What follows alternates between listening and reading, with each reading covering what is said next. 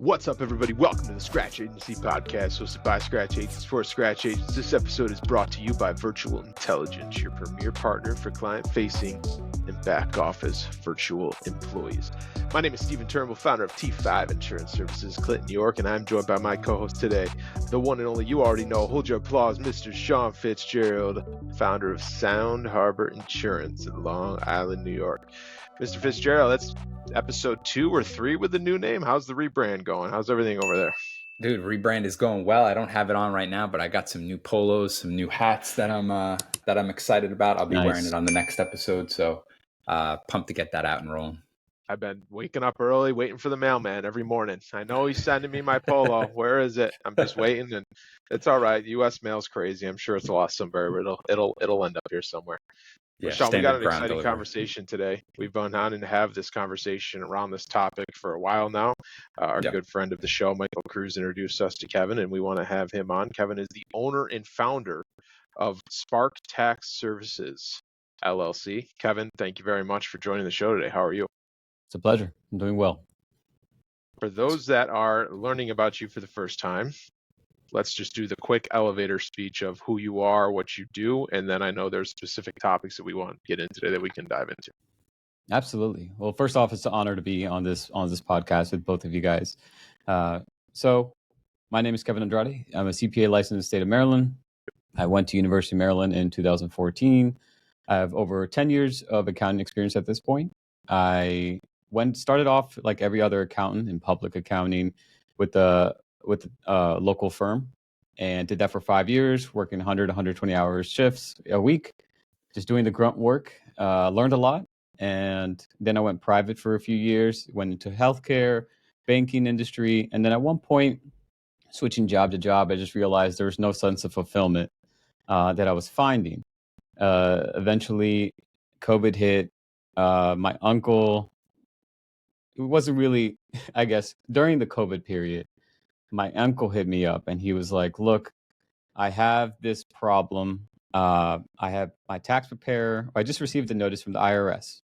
They never received my prior year tax return. I can't contact my current tax professional. He's gone MIA. So at this point, he was freaking out. He had his current tax bill that was coming. So at the time I was studying for my CPA, he asked if I can assist. I went in and helped. Realized there's a bunch of jacked up stuff, saved him a bunch of money, probably like close to $20,000 in taxes. And at that point, I realized, wow, there's some value here. Now, at the time, I didn't ask for anything in return. I didn't ask for payment. He was mostly just like handed me $1,000. It was like, no, what you've done was just incredible. And at that moment, the entrepreneurship bug kind of hit me to maybe there's something more I can do here. And then that kind of propelled and started my own company. Now Spark Tax Services. We are 3.5 years into the business. We just hired some folks that we're pretty excited about getting them training. So we're developing a team over time. And yeah, just getting everything set up and helping one small business owner at a time. How long ago did you start the business? I'm sorry if you said that. March of 2021. 2021. It's only a few years. Let me ask you this question. I'm going to derail real quick, as I usually do. Shawn's going to kill me, but then we'll get back to what we want to talk about. When you were looking to start the business, what were the excuses in Kevin's mind of why you shouldn't do it? Right? I mean, there's all that fear of starting the business. I know you have a beautiful family from the research that I've done. I'm sure that you had a young family at the time. There's many reasons of why you shouldn't do it. Now you're looking back now. You've grown the business. It relates directly to the people that are listening to this podcast that are thinking of doing it or just did it, right? And you're in that phase of, did I do the right thing, whatever. What was in Kevin's mind when you were in that phase?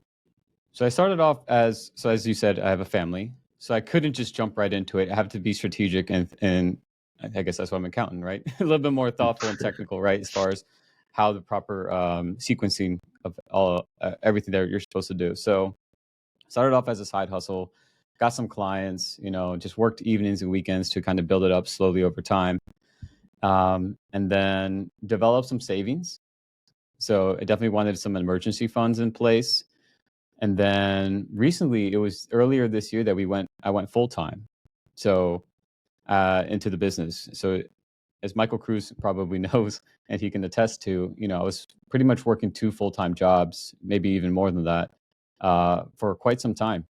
And so now that I jumped into the business full-time earlier this year in 2024, I wanted to make sure I had an emergency fund in place, that my home base was covered as far as bills go, and then that way I could just completely focus on the business. So that's what probably my advice to new small business owners: make sure you have an emergency fund in place. Make sure you have a plan in place. I know you want to quit today, but just be strategic. Just think about it, and just develop it on the side hustle. Yeah, it's going to be a grind. Entrepreneurship's a grind regardless. So that's my advice. Cool. Love that. Smart. Yeah, that'll keep the wife happy too if you if you approach her with a business plan in place. There you go. Mm-hmm. So Kevin, talk to me about the business. What do you guys specialize in specifically? Like, is it businesses, individual, a mix of both?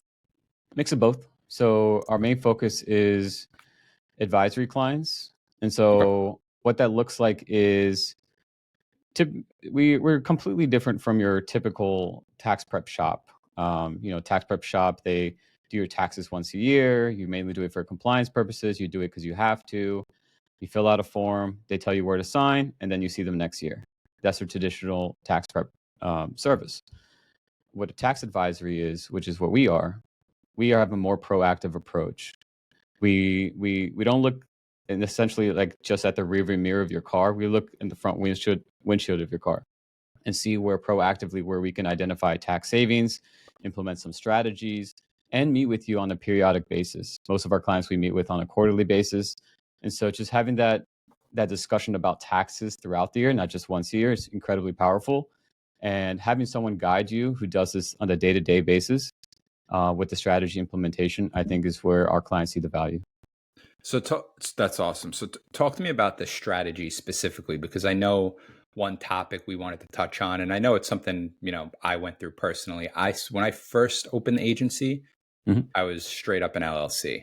And then I want to say after the first year, I then switched to an S Corp, mainly because of the tax advantages of being able to write off your own salary as a write-off, among some other things. So if you could speak on that, I think that would be a good strategy to start with.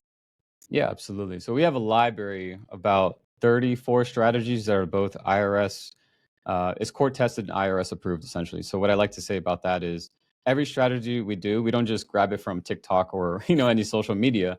We've actually done the research. We have the backup. We have the court cases. We have the resources, the IRS code, the language, the tax law, all the case studies linked to that strategy. So in case the IRS ever come knocking, we help you do the compliance piece, right? The documentation piece. And then here are the resources. Boom, we're good to go. So we have 34 and consistently adding more new strategies every single year. And then one of the strategies is obviously your entity structure that we can get into.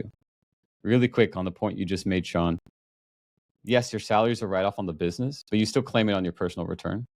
So you pay taxes on it regardless. But because you have your business return and then you have your individual return. And then an S Corp is a pass-through entity, meaning you don't really pay taxes at the business level. Everything gets passed through the shareholder level. So that'll be you and your personal return. Entity structure. So that's definitely something we look at. And for a new business owner, I would say it comes down to liability. And what I mean by that is there's really 4 stages that your entity could be structured. You have sole proprietorship, LLC, S Corp, and C Corp. So starting from the first one at the bottom, sole proprietorship, it's going to come down to liability. So what is a sole proprietorship? It's pretty much you making money on the side, your entrepreneurship income, self-employed income. And it literally could be a lemonade stand, you earning $1 and boom, you have self-employed income. You're a sole proprietor. And so you want to think about upgrading to the LLC when it comes to legal asset protection. So for example, someone who's selling, let's say bracelets or beads, right? What's the risk of them being in a lawsuit versus someone who's in maybe a service industry or trade industry doing plumbing, electricity? Your chances of getting sued are probably much higher than someone who makes bracelets and beads. So at that point, I would suggest if you're in the trade, at least starting with an LLC versus a sole proprietor. It's just, you're just making some self-employed income. That makes sense. Can we boil that down for insurance agencies, since that's the main audience here? So you have a new insurance agency owner. We'll just role play right through this year. That comes to you. I'm going to start an agency. We're going to hit the ground running. I've got carrier appointments set up, and I'm starting September 1st. What does that look like for you? What's that conversation? Well, it comes down to risk. I would say LLC for sure, because the risk of you getting not audited, the risk of you getting in a lawsuit or litigation, it's higher for insurance brokerages than maybe someone who sells bracelets. Gotcha. And then when does it make sense? So if they start as an LLC, when would it make sense to change over to the S Corp? Great question. So a lot of people, sometimes they focus on the tax strategies too early. They're like, I want to save in tax. Like, focus on making your money. Focus on making profit. Yeah. When you get that down and you have a tax bill, then you can call me. Then it's time to talk to a tax strategist, a tax advisor, right? So going back to the 4 pillars, you have sole proprietor, LLC, and the next step is the S Corp.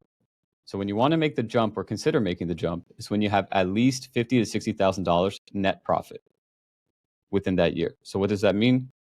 You have your income minus your expenses equals your net profit. So for example, if you had $100,000 and you had of revenue, right, money that came in, and the money that went out, which is your expenses, could be $30,000, then the net would be 100 minus 30, $70,000 in net income. And at that point, you should consider being an S Corp. And the reason why is because there's administrative costs when it comes to upgrading from an LLC to an S Corp. LLC, you just need to file articles. Sometimes you have to renew them every year with your state. But once you upgrade to the S Corp, you have to do that. Plus, you have to run payroll. Plus, there's another business tax return form that you need to file. So there's more preparation fees. Plus, it's just like all these little plus, right? So there's more administrative costs. So that break-even point's around $50K or so. And so that's why we say once you earn profits more than that amount, that's when you should consider being an S Corp. Okay. And from the S Corp side of things, what is the benefit to the business owner as far as like write-offs are concerned? Yeah. So lots of strategies start to open up when you become an S Corp. So let's give an example. Let's say the Augusta rule. Are you guys familiar with the Augusta rule? Slightly. I've heard it Slightly. on TikTok. Okay. So I'm pretty about much to be, though. Okay, so Augusta rule is pretty much that you can rent your primary residence, your primary home, to the business for business purposes.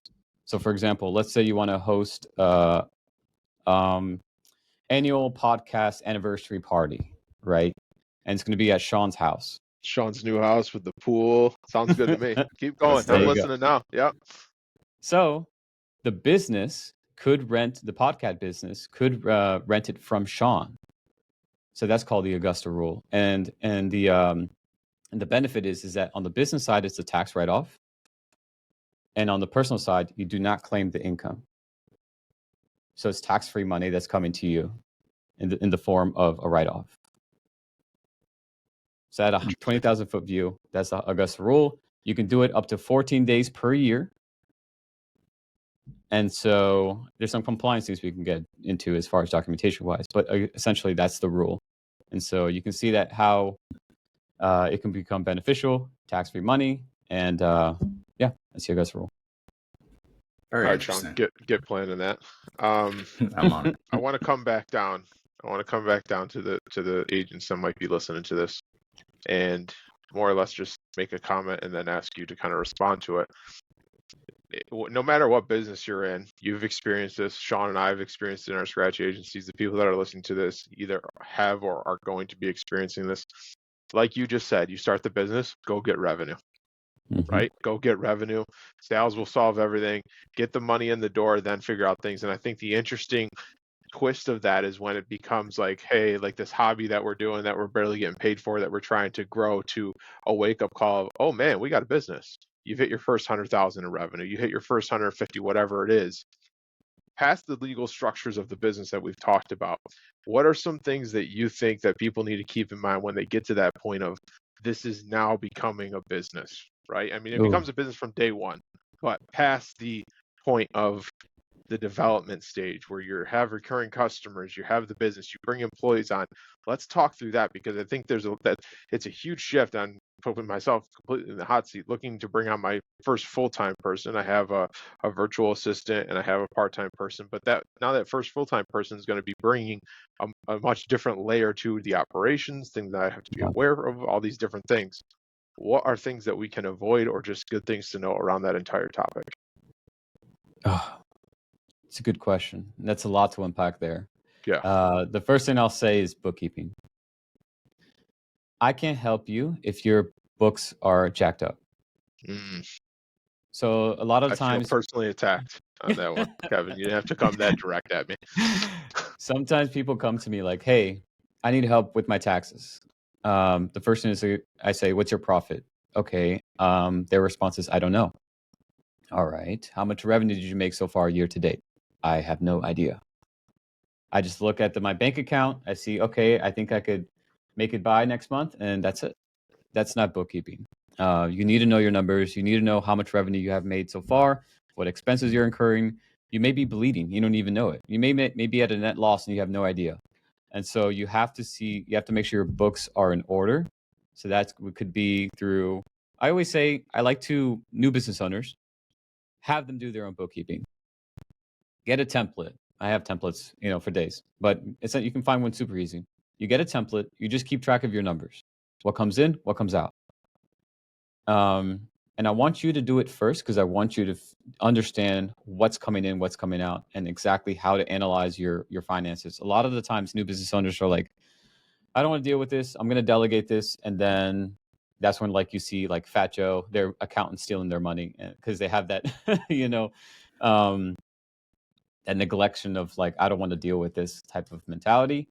You have to be involved somewhat, and it's important to know your numbers and important to know what you're looking at. So, for example, if you hire us to do your bookkeeping, I provide you financial statements. Yes, of course, I'm going to walk you through it, but you need to know what you're looking at as well. And so that's why it's important. So new business owners, do your own bookkeeping and make sure you start doing bookkeeping because you want to know where your money's going. Yeah, for the love of God, please just pay $30 a month and use QuickBooks, because I mean, QuickBooks will break it down by how much you're spending on software versus consulting versus it'll give you the breakdown of your income and potential cash flow, and it really just helps from a budgeting side of things. So yeah, I agree with you on that 100%. Like, and that's how I started. I started doing it all myself, and then I had my accountant helping me, and then we just hired somebody the beginning of this year to help like reconcile the commissions and do all that stuff. So I totally agree with that. So let's walk through this. So now I'm doing my bookkeeping. I'm being a good boy, keeping my books straight. I got QuickBooks. I can see how many times we're going to lunch and buying, how many times I'm doing this software. All those things are tracked, right? What do we do next? What are important things to know? After that, you're making money. Step 1, make money. Step 2, you have good bookkeeping in order. Step 3, you start to develop a team. And I'm not talking to a team from your company team. Yes, that's important too. I'm talking about like your tax team, your legal team, your financial advisor. You want to get those people around you and start to develop those that play well with others, right? I have some horror stories I can walk through, but you want to develop a team, a good lawyer, a good banker, a good CPA, right? And so that way you have a strong foundation on what you want to achieve. And you can just, with the right team, you can run to the mountains. You can really propel and shoot for the stars. And so one of those person on your team, I would say, is your tax advisor. And that's where we come. And break down why it's so important to build that team. I think that's such a great point, because we can, from a scratch agent standpoint, we can go down to the simple example of a simple task that we need to learn how to do for our agencies, develop that process, and then delegate that task to X person in our agency to whatever it might be. You're talking about that with a broad scope of legal, taxes, accounting, bookkeeping, all those different things. Why is it so important to surround yourself with that team? Versus, okay, I got my QuickBooks and I'm doing good, but then when you get to that next level of having that conversation with yourself about that team. Absolutely. So entrepreneurship is all about a level up game, right? Once you figure this out, you level up, okay, and then new problems will appear. Shit's gonna break at every single stage you graduate to. And so once you reach the level of you're making money, you have your books in order, you're profiting money, 100,000, 200,000, whatever the case may be. You need people to provide you with proper guidance. A lot of people go cheap with this because I'm the DIY folk. I'm going to try. I did it myself, in the early days as well. I can make a website. I don't need anyone. I'm not going to spend $1,000, $2,000. Yeah, that didn't work out. So, uh, um, developing the right team is important because shit's going to break on a daily basis, and you want someone who you can run to, who is doing this, is an expert in their field. You trust them, and they can get things done much, much faster, or even help guide you and strategically advise you, right, on what path to take. For example, should I be an S corp? Very simple question. It's a very complex answer because there's so many things. Like, okay, yes, you should be an S corp, but you have like all this checklist of things you got to do that can take a couple months. So you want to make sure you have the proper team and the proper guidance in place with the advisors in your corner. Good stuff. Yep. So let's move over to tax changes that we should be aware of that are coming up. I don't know if maybe keep it specific to insurance agents if possible, but anything that we should be aware of coming up in the next year or so? It's election year. It's tough. It is tough. Yes. So in 2017, when Mr. Trump got into office, he created the biggest change in tax law like ever, at least for a long, long time. It was called the 2017 Tax Cut and Jobs Act. It favored everyone, to be honest, business owners, individuals, everyone started paying less in taxes. Now, you ask someone today, they'll disagree. But if you look historically, we are at the lowest point of taxes ever. And so there's so many changes that are expiring because that tax law and Jobs Act, a lot of the things were only good for 8 years. And we're coming up on that 8-year period in 2026. So the election year is very important because I don't want to get too political, but if Donald Trump gets elected, obviously he's going to want to extend that. He's going to provide more tax benefits. I would think he would want to, right? And so business owners can then thrive, and so can individuals as well. Versus the other side, I don't like the blue side, Democratic side. They're talking about at one point wanted to tax unrealized gains, which is ridiculous. People would go broke, the stock market would crumble, U.S. would go to hell. Unrealized gains meaning like if you bought Apple stock $100 and in 10 years it grew to 1,000, you are taxed when you sell. But if you never sell, then you're good to go. You just let it ride. And that's what a lot of people like Amazon, like Jeff Bezos and Elon Musk, they have all this stock. They obviously are the founders of the company. Their stock is ballooned to whatever, billions, but they don't have to pay taxes until they sell. So they only sell a portion at a time, right? Yep. Well, with the unrealized gains tax, if that even went through, which I'm happy it didn't, they would have to pay taxes every year on the portion of like their share increase that they never sold. Hope that makes sense. I'm trying to break it down as simple as possible. Yeah. That got shot down pretty quickly. But you can see the mentality of the Democratic side as far as like they want more taxes, right? And they need more taxes to fund more of their programs and agendas. So this year is going to be huge for tax law changes, whether it's one way or the other. It's going to change. It's hard to right now. Everything's in draft. I don't like talking about like, oh, this might happen, because I can tell you something amazing is going to happen. Bonus depreciation is coming back, and then boom, they shut it down. Wish they did. So we'll see what happens. I know the biggest change that's going to happen in 2026 is QBI is going away. QBI is qualified business income deduction. And it's a deduction that's been helping small business owners it's like 20% deduction right off your profits, right off the top, which has been fantastic for business owners. So imagine now paying that going away, and you're now taxed on that additional 20%. I mean, small business owners are going to feel it. They're going to feel it hard. So we'll see.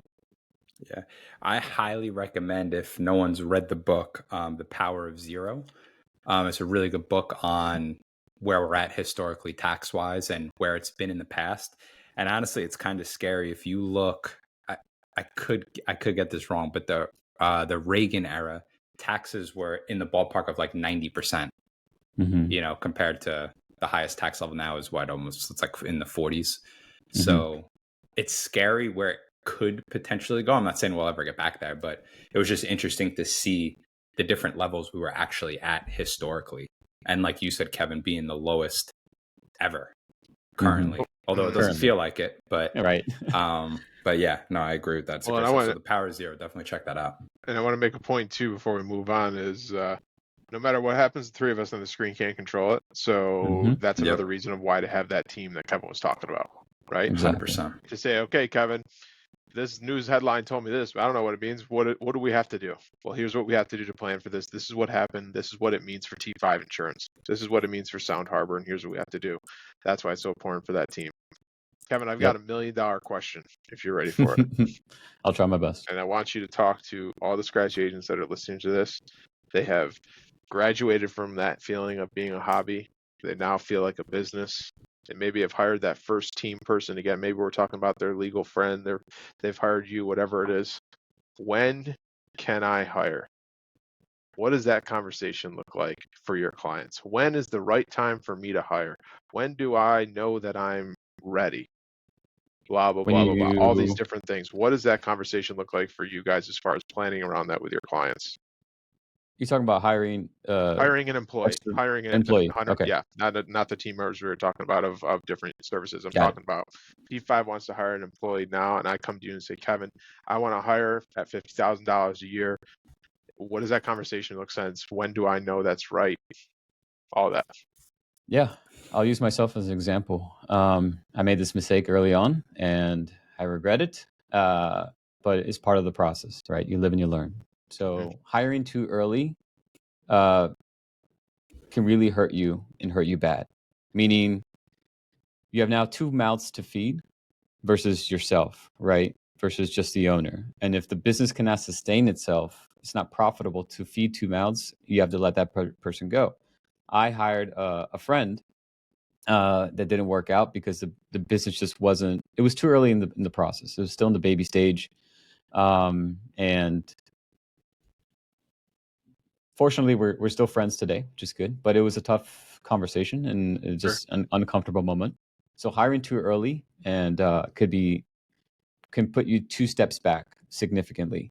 So you want to be mindful that there's enough money in the bank to feed these people. So budgeting comes into play, knowing your books, right? So it comes back down to the numbers from my standpoint, right? Because if you don't know your numbers, if you do know your numbers, then you know the budget and you know how much you can afford, right? The second thing is when to know. So now you know when you can afford them, right? With the proper budgeting, proper books. Now, what else do you know? How do you need to know when's the right time to hire someone? And that's when you can't fulfill, in my opinion, you can't fulfill the current demand. So for example, we've been on the wait list since May. That's because I just couldn't, the demand was just so high. Like we still get emails on a weekly basis for to be clients. And the demand is very, very high, which is a blessing, right? But it's a curse in the sense is I only have so much time in the day to fulfill this demand. So at that point, I realized I need to buy more time. And how you buy more time is you hire more people, right? And so, Shawn. What's up, baby? That's one. That's another point to make is like once you identify that fulfillment process is slacking significantly, then it's time to hire. So if we can just get a little bit more specific on this, like, everybody has a different answer for this. I'm just curious what Kevin's answer is on this. Do you say you should have 6 months of someone's salary saved up? Do you say to be able to project it in, like you said, I have this waiting list. I know that if I hire X person, this waiting list will get shorter and I can fulfill their salary through this person. Or is it different per industry, per situation, whatever that might be? I know, again, I started it specifically saying $1 million question because there's many different ways you can skin the cat on this, but just curious your thoughts with the clients you work with every day on it. Yeah, I mean, I spoke from my perspective from the tax industry, or I guess from a tax advisory standpoint. We put on a wait list, and I know right now the hiring process takes time. It takes a couple months, and then once you hire that right person, it takes another couple months to get them trained up. So we are opening, for example, they started early August. So right now, all of August, I'm dedicating my time to just training them, creating standard operating procedures, make sure they understand everyone's good to go. So by Labor Day weekend, we're going to open up the floodgates again. And at that point in time, the team should be ready to take on new business. Yes, so there's going to be stuff that breaks and people will make mistakes. That's part of the process. Progress is better than perfection, in my opinion. And so going through those growing pains is something that's going to happen no matter what. And so that's from my perspective is the fulfillment part. Because essentially every new hire should get you 2 times revenue back. So if you hire a $50,000 salary person, you should getting $100,000 in revenue back, minimum in my eyes. So that's how I see it. Yeah, I appreciate you sharing your story too. That's how people learn, right? The relatability, and I appreciate you sharing that. Yeah, absolutely. Yeah, and Kevin, sorry to dive deeper into it, but like savings wise, like Steven said, if somebody's 50,000 a year, how much should you have as a cushion in your account? 6 months of expenses, 12 months? I know everyone's kind of different, but is there like a ballpark figure there? Yes, in talking to some industry, different business owners, some people will say like, well, your employee's going to lose your money the first 12 months. I think that's too long, in my opinion. If you have the right processes in place and you want them to hit the ground running. So I look at it more of like a 3-month timeline. The first month is just training. You're going to lose money, right? Yep. Second month is, okay, you hand them some things to do, some client tasks. They're going to make mistakes, so you're going to still lose money, right? But by the third month, they should be optimal at what they have to do. For example, let's say tax prep. By the third month, they should get it. Everything should make sense. They've already made the mistakes. They should be learning from their mistakes, and then they should be at like 80% efficiency at that point. From my standpoint, from my point of view. So if by third month you're gonna get them optimal as far as like where they need to be, so that means in my mind I need 3 months of savings for that specific employee. Yeah. I agree with that. I like that. I like that mentality. You never really thought of that. Like what is it going to take for you to be where you want to be with that employee and backing that into it? I guess it's a different angle to look at it. I like that a lot. Yeah. It's unfair for the employee for the right now or anything. I just think it's unfair for the person to, okay, I expect you to make money day one. Like, yeah, right. Even if it takes time. Yeah. Well, this has nothing to do with what we're talking about the numbers, but just to veer off a little bit, it all matters too on how prepared you are, right? Yeah. Like totally. Like if you bring somebody in and day one, it's 11 a.m. They've been there since 9, and you don't know what they're going to do the first day. That's on you, and that's money that you're losing because you're not prepared. You don't have that roadmap planned out. So like if you got to wait a month because you need to focus on developing those processes to make sure that insert name here is ready to go, then you got to do that because that's what's going to help on the horizon of how long that timeline is going to be, plus or minus. Totally agree. That's why I think that 3-month cushion is, if you have process and procedures in place, like you said, first month is training. Second month, you start giving them some stuff. Third month, they should be at around 80%. I think that's spot on. Yeah. Kevin, one last thing I want to dive into here. Did you have something else, Shawn? Nope, you go. Okay, perfect. One last thing I want to dive into here. Talk to us about, again, talking to independent agency owners, retirement planning. Mm-hmm. What should we know? What should we start now? What should we consider? What should we keep in mind? All of that. Oof. That's a lot. Well, it depends on the stage you are. Remember the 4 stages: sole proprietor, LLC, S corp, etc. For the first 2 stages, I think well, before I jump into specific accounts, we have things called pre-tax and post-tax as far as retirement accounts goes. Pre-tax, meaning you put money into a retirement account and you get a tax deduction today. However, when you retire and pull money out, then you'll pay taxes at that point in time. Now, remember, we are at the lowest point in tax history. Do you think taxes will go up or lower than currently as today in the future? I'll let you guys think about that or make your own decision. Right. But you have pre-tax, right? Money going in, get tax deduction today, and then you get you pay taxes when you pull the money out at retirement. Then you have post-tax accounts, and post-tax accounts is you pay the taxes today, you put it in a retirement account, and then when you retire, you take that money out tax-free. Those are Roths, right? Correct. Yep. So that's where I'm headed. I would say fund a Roth first, because no matter what 4 stages you're in, you can always fund a Roth. Now, there's income thresholds. Like once you meet, I don't even know the threshold by memory. I have a little cheat sheet here. But let's just say you hit the income threshold for a Roth. There's something called a backdoor Roth, which you can implement. Your tax advisor should help you with that. Regardless, put money in a Roth. Why? Because lowest point in tax history. And do you think that retirement account's going to decrease in value or increase in value? Over a 20, 30-year period, it's likely going to increase. So your money's working for you, right? It's in a Roth, it's in this mutual fund, stocks, crypto, whatever the case may be.